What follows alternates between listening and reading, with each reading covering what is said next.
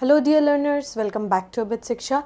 Today's daily news capsule is brought to you by Abit Shiksha. So let us begin. आज के जो important articles है वो है first, amid inflation RBI retains repo rate at 6.5%. So there is discussion about inflation and repo rate जो कि आपको देखने को मिलेगा and this is very important to talk about and this is also यहाँ से आपको recurring questions देखने को मिलेंगे. One question each year you can expect in prelims as well as mains. So this is a very important topic जिसके बारे में हमें डिस्कस करना. Will discuss what is repo rate, what is reverse repo and everything in and around it. ठीक है, तो this is the first news. Second news is European Space Agency to support Gaganyaan mission. What is Gaganyaan mission, क्या mode रहेगा हमारा, what is the importance of the mission, ये सब हमें discuss करना होगा. Very very important. Third is Indira Gandhi peace prize to be conferred on Michelle Bachelet. ठीक है, नेक्स्ट जो आपके नेक्स्ट प्राइज़ के जो विनर है of Indira Gandhi Peace Prize वो किनको दिया जा रहा है, Michelle Bachelet. She is Chilean, former Chilean president, तो उनको इंदिरा गांधी पीस प्राइज़ जो है उससे सम्मानित किया जा रहा है. And last news is Kolambkar sworn as protem speaker. ये आपने ज़रूर लक्ष्मीकांत में पढ़ा होगा अबाउट प्रोटेम स्पीकर प्रोटेम. तो वो क्या है, उसकी मतलब हमें स्पीकर प्रोटेम के बारे में समझना होगा क्योंकि न्यूज़पेपर में आए हैं तो ये टॉपिक भी इंपॉर्टेंट हो जाता है. It is important for GS2. This is important for GS2 के लिए ये इम्पॉर्टेंट है. इंटरनेशनल रिलेशंस एंड जो हमारा गवर्नेंस है उसके लिए भी इम्पॉर्टेंट है. थर्ड क्या, this is important for GS3 and this is important for GS3. ठीक है, तो ये चारों टॉपिक्स को एक एक करके डाइसेक्ट करते हैं एंड लेट अस अंडरस्टैंड. ठीक है, पहला देखिए, पहला क्या है, amid high inflation RBI retains repo rate at 6.5%. तो हमारा जो RBI है उनका काम है, RBI के अंदर मतलब RBI में RBI एंड गवर्नमेंट का मिलके एक बॉडी उन्होंने बनाया है, उसको हम क्या कहते हैं, monetary policy committee. Monetary policy committee का काम है कि वो इन्फ्लेशन को कंट्रोल करे, इन्फ्लेशन को कम करे, और अगर उनसे इन्फ्लेशन कम नहीं होता है तो they are responsible to the government कि वो बताए कि क्यों इस तरीके से इन्फ्लेशन जो है इतना ज़्यादा इंक्रीज है और उनको क्यों हम कंट्रोल नहीं कर पा रहे. सो ये मॉनिटरी पॉलिसी कमेटी का बेसिकली यही काम रहता है कि they would come and meet and they would decide कि कितना इन्फ्लेशन होना चाहिए, कितना repo rate, reverse repo rate, किस तरीके से सारा जो रेट्स है वो डिसाइड कौन करता है, हमारे मॉनिटरी पॉलिसी कमेटी. तो मॉनिटरी पॉलिसी कमेटी ने रेट कितना रखा है, रेपो रेट वो 6.5% रखा. हर 2 महीने के बाद एक बार मीटिंग होता है मॉनिटरी पॉलिसी कमेटी का and they discuss about the nitty-gritties और क्या हमें क्या रखना चाहिए, कैश रिजर्व रेशियो क्या होना चाहिए और मतलब कितना मतलब I would make you guys understand. हम अभी पढ़ेंगे तो आपको समझ में आएगा कि किस तरीके से it affects the entire banking system and it affects the entire market. The actions of monetary policy committee has an impact on market itself and also the entire पूरा इकोसिस्टम, जो इकोनॉमिक इकोसिस्टम है उसमें बहुत बड़ा impact रहता है. ठीक है, तो late us look into the news. News में क्या आया है, न्यूज़ में हमें ये पता चला है कि हमारा सबसे पहला तो सबसे important fact is inflation is soaringly high, very very high. हमारा बैंडविड्थ कितना है, 4 इज द आइडियल परसेंट. ठीक है, 4% इन्फ्लेशन इज आइडियल, ±2 होना चाहिए. ठीक है, ±2 जो है ये हमारा आइडियल सिचुएशन है कि अपना 4 पॉइंट्स रखा, 4% है इन्फ्लेशन, ±2 हो सकता है. मतलब हमारा बैंडविड्थ कितना है कि 2 to 6 के बीच में होना चाहिए कि अगर 4 + 2 मतलब हम लोग 6 तक बियर कर सकते हैं एंड 4 - 2 दैट इज 2% तक हम लोग इन्फ्लेशन बियर कर सकते हैं. 2% से कम नहीं होना चाहिए, 6% से ज़्यादा नहीं होना चाहिए, और आइडियली इन्फ्लेशन कितना होना चाहिए, 4%, तभी इकोनॉमी ग्रोथ होगा. लेकिन हमारे यहाँ पे क्या पता चला है कि हमारा जो इन्फ्लेशन है इट इज़ समवेयर अराउंड 6.2%. ठीक है, inflation is very high, it is around 6.2%. तो यहाँ पर जो monetary policy committee has come into the action and उन्होंने क्या किया है, जो हमारा रेपो रेट है उसको उतना ही रखा है. ठीक है, they have not touch the repo rate. उन्होंने रेपो रेट को 6.50, ये बहुत समय से 6.50 ही जो रेपो रेट है वो चल रहा है. ठीक है, बहुत महीनों से इसी को यही 6.50 इज़ द रेपो रेट. लेकिन यहाँ पर कट का क्यों ये मेजर न्यूज़ में बना है, because the monetary policy committee has cut the cash reserve ratio. ठीक है, कैश रिजर्व रेशियो को इन्होंने, पहले कैश रिजर्व रेशियो कितना था, 4.5% था, पर उसको रिड्यूस करके now cash reserve ratio is 4% cash reserve ratio, मतलब 50 पॉइंट बेसिस पॉइंट्स को जो है कट करके नाउ कैश रिजर्व रेशियो को 4.5% से 4% किया है, ठीक है, 4% किया। अब इसका हम समझेंगे कि क्यों, कैसे ये इंपॉर्टेंट है, कैसे कैश रिजर्व रेशियो जो है ये क्यों इंपॉर्टेंट है, and what is the need for having a cash reserve ratio को कट करने से क्या उसका क्या इम्पैक्ट रहता है, वो अभी हम समझते हैं, ठीक है। तो उसके बाद अभी क्या है कि जो मॉनेटरी पॉलिसी कमेटी है उसमें 6 मेंबर्स का बॉडी है, ठीक है, it is a 6 member body, ठीक है।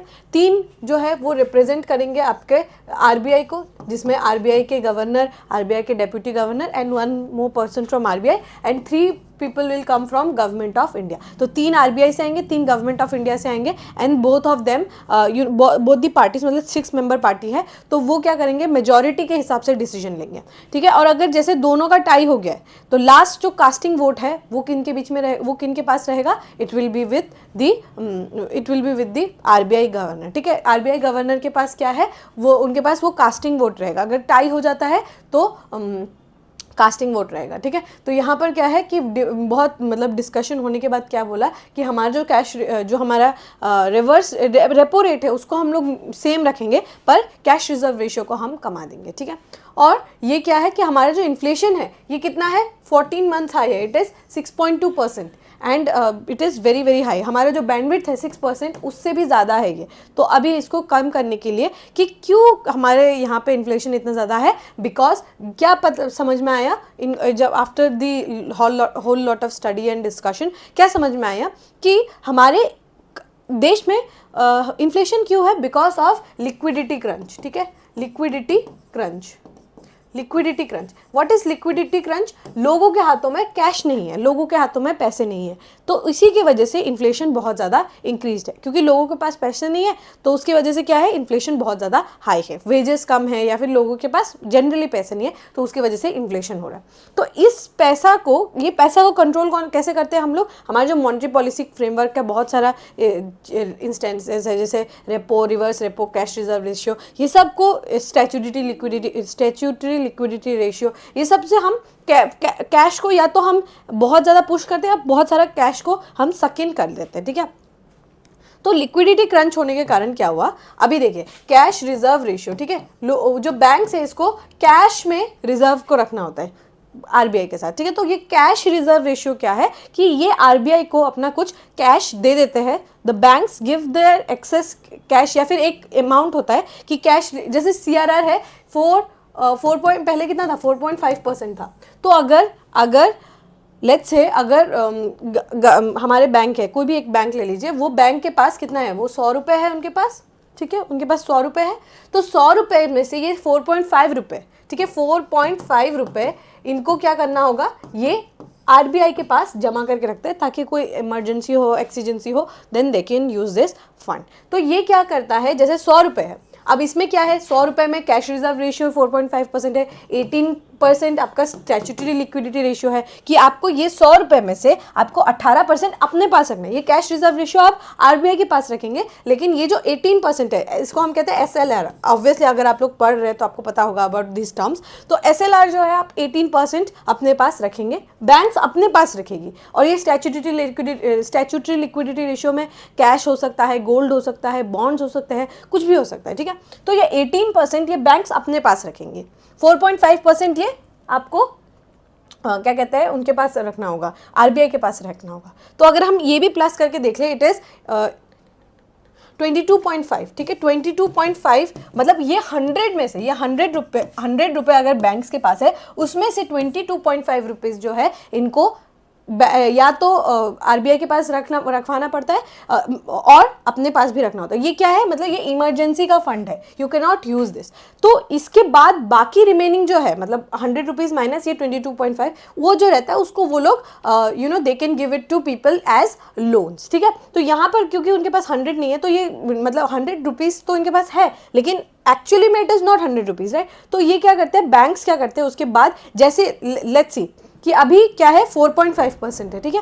अभी अगर हमने कैश रिजर्व रेशियो को 4.5 से कमा करना, व्हाट वी हैव डन, हमने क्या किया, 4.5 से इसको रिड्यूस करके 4% कर दिया। अब क्या है, बैंक्स के पास एग्जैक्टली जो है उनके पास पैसे थोड़े ज़्यादा आ गए। अभी मतलब आपको 0.5 छोटा सा लग सकता है, लेकिन बैंक्स के जब बैंक्स एंड जो पूरा मार्केट के उसमें देखेंगे, it is lakhs and lakhs of rupees, almost 1.6 lakh crore rupees का जो है वो इफेक्ट करेगा। तो मतलब क्या होगा कि बैंक के पास इफेक्टिवली अभी 0.5 रुपीज़ ज़्यादा है, then they can infuse money, right. लोग लोन लेने आएंगे या फिर वो बैंक्स इन्फ्यूज कर सकती है, मार्केट में पैसे को इंजेक्ट कर सकती है। और यहाँ पर क्या इशू था, लिक्विडिटी क्रंच, मतलब लोगों के पास पैसे नहीं थे, ठीक है। पर अब क्या होगा कि लोग अगर जैसे हमने वो CRR को रिड्यूस कर दिया तो उसकी वजह से क्या होगा, liquidity will insert in the market, बहुत सारा कैश जो है वो मार्केट में इन्फ्यूज होगा, उससे क्या होगा, इन्फ्लेशन कम होगा।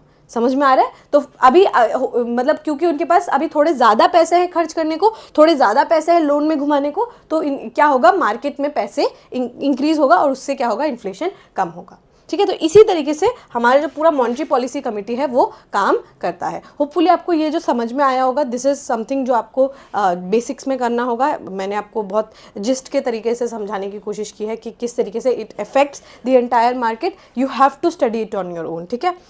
उसके बाद क्या है कि जो रिजर्व बैंक ऑफ इंडिया जो है वो 1934 जो है RBI एक्ट के तहत जो है इसको बनाया गया था, और फाइनेंस एक्ट 2016 में ये मॉनेटरी पॉलिसी कमेटी का जो फ्रेमवर्क है इसको बनाया गया था, ठीक है। It is a statutory body, again why, ये फाइनेंस एक्ट 2016 के तहत इसको बनाया गया था, इसीलिए monetary policy committee is a statutory committee and not a constitutional committee, ठीक है। कॉन्स्टिट्यूशनल बॉडी नहीं है, it is a statutory body. Finance act 2016 के तहत इसको बनाया गया है। Under section 45ZB of amended RBI Act 1934, central government is empowered to constitute a 6-member MPC, एक 6-member बॉडी जो है वो बना सकते हैं।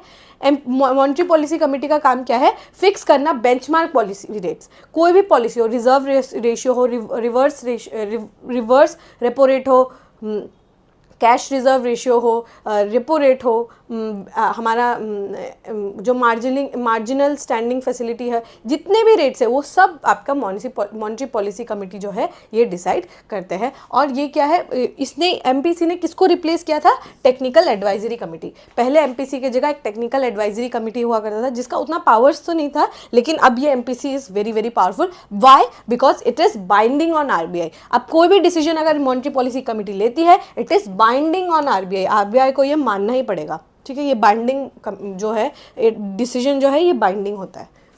कॉम्पोजिशन मैंने बताया आपको 6 मेंबर होते हैं, 3 member from RBI and 3 members from government of India, ठीक है। 3 members from government of India, 3 members from RBI। And again यहाँ पर क्या है, कोरम कितना है, कोरम इज 4% का कोरम है। अगर 6 लोगों में अगर 4 लोग भी अगर शामिल है, प्रेजेंट है, then they can proceed with the meetings, ठीक है। एंड गवर्नर जो है वो मतलब governor would be the head of the meeting, वो मीटिंग को मतलब आगे बढ़ाएंगे। एंड अगर गवर्नर एब्सेंट है तो deputy governor will be the head of the meeting, ठीक है। और मेजॉरिटी के वोट्स में यहाँ पर काउंटिंग होता है। अगर मेजॉरिटी नहीं है, इक्वलिटी हो गया है, देन RBI के गवर्नर जो है उनके पास कास्टिंग वोट रहेगा, या फिर सेकेंड वोट जिसको हम कहते हैं, कि वो आखिर में वो टाई ब्रेक करने के लिए he will vote. Clear.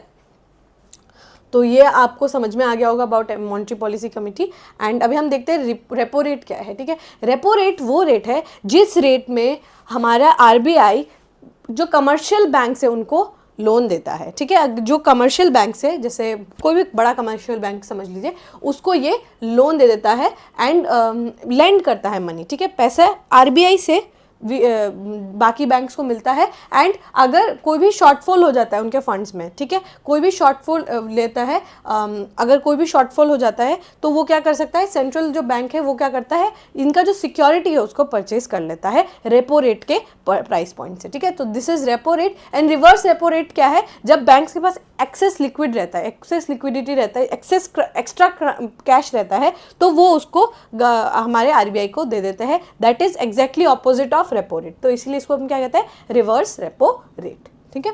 So this is rate, repo rate, इसको रेट ऑफ रीपर्चेज भी हम कहते हैं, तो repo rate and reverse repo rate, these are two basics of economics, आपको ये करना ही होगा, there is no other way, ठीक है।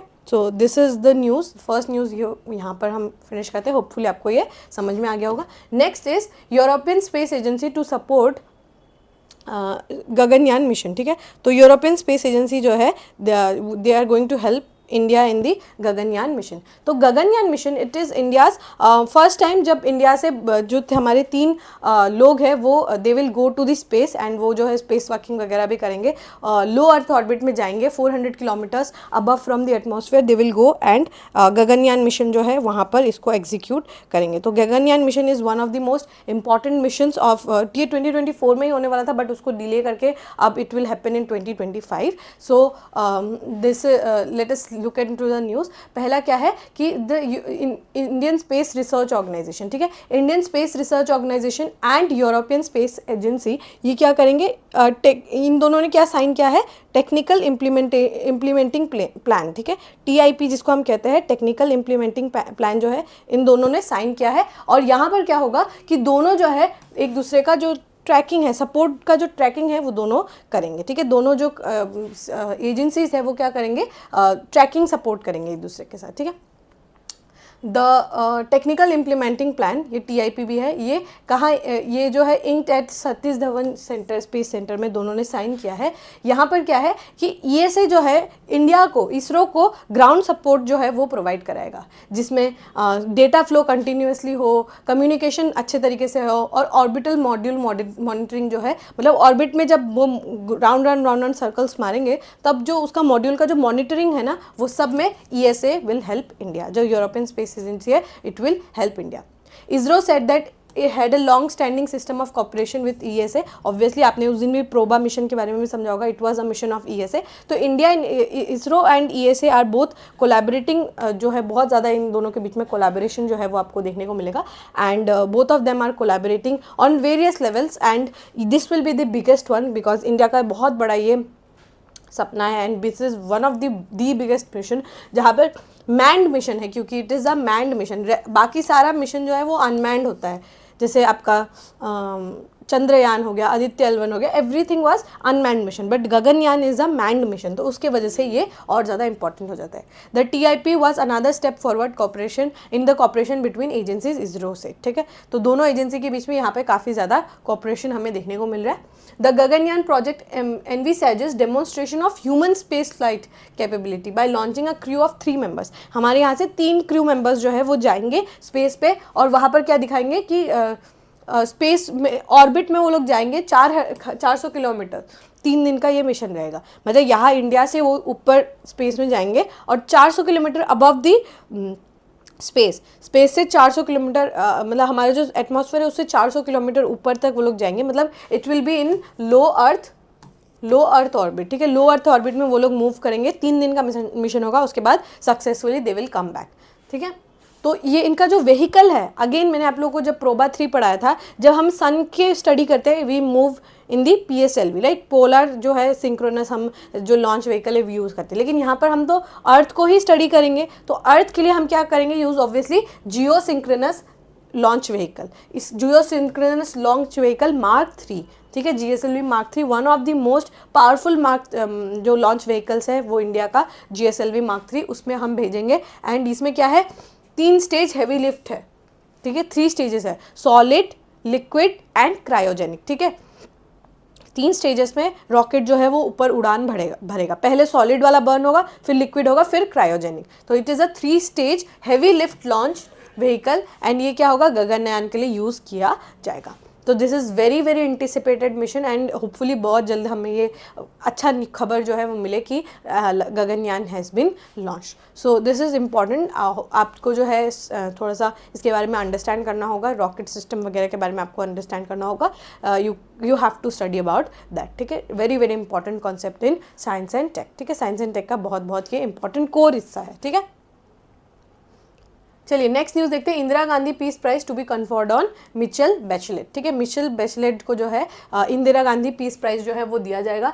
Peace prize for disarmament development and 20 जो है डिसआर्मामेंट एंड डेवलपमेंट 2024 का जो अवार्ड है peace prize, Indira Gandhi piece prize जो है वो किनको दिया जाएगा, मिशेल बैचेलेट को। ठीक है, एंड मिशेल बैचेलेट जो है ये इनको दिया जाएगा। And who is she was farmer Chilean president. ठीक है, चिली जो देश है ना वहाँ की वो प्रेसिडेंट थी एंड वो मतलब बहुत प्रोमिनेंट लीडर है किसके, जब उन्होंने अपना वॉइस रेज किया for human rights, peace and equality. और स्पेशली जो वल्नरेबल सेक्शन है, जो हमारे सबसे ज़्यादा वल्नरेबल सेक्शन है जैसे विमेन, उनके राइट्स के लिए उन्होंने बहुत ज़्यादा जो है she has raise her voice. And UN women की भी जो है वो फाउंडिंग डायरेक्टर थी। यूएन जो यूएन का जो एक हिस्सा है विमेन का जो, उसमें उसको उन्होंने फाउंड करने में उनका बहुत बड़ा रोल था। UN commissioner for human rights. ठीक है, ह्यूमन राइट्स का जो पूरा है UNCHR, ये जो है उसकी भी one of the founding members थी। एंड बहुत वल्नरेबल सेक्शन के लिए उन्होंने बहुत ज़्यादा काम किया, तो इसीलिए इनको 2024 का इंदिरा गांधी पीस प्राइज़ भी जो है वो दिया जा रहा है, Indira Gandhi Peace prize for piece डिसआर्मामेंट and development. ठीक है, तो ये इनके बारे में है। एंड ये जो है इसमें क्या, इस अवार्ड में क्या क्या दिया जाएगा, इस अवार्ड में 25 लाख रुपए दिया जाएगा and a citation will be provided. Indira Gandhi Peace prize for piece डिसआर्मामेंट and development, आपको वो नाम से ही पता चल गया होगा कि शांति के लिए अगर कोई काम करेगा, डिसआर्मामेंट के लिए कोई काम करेगा और डेवलपमेंट के लिए अगर कोई काम करेगा तो they will be eligible for this award. ये former prime minister Shrimati Indira Gandhi को याद करते हुए 1986 में ये अवार्ड को बनाया गया था। एंड लास्ट जो है ईयर में हमने डिस्कस किया कि उनको इसी साल जो अबू अवध अली एंड डैनियल बेरनबॉम दोनों को जो है अवार्ड जो है वो दिया गया था इंदिरा गांधी पीस प्राइज़ 2023 का। 2024 के लिए प्रेसिडेंट मिशेल बैचेलेट को जो है वो अवार्ड दिया जाएगा। इसमें मॉनेटरी अवार्ड भी है 25 लाख रुपए का एंड साइटेशन एक प्रोवाइड किया जाएगा।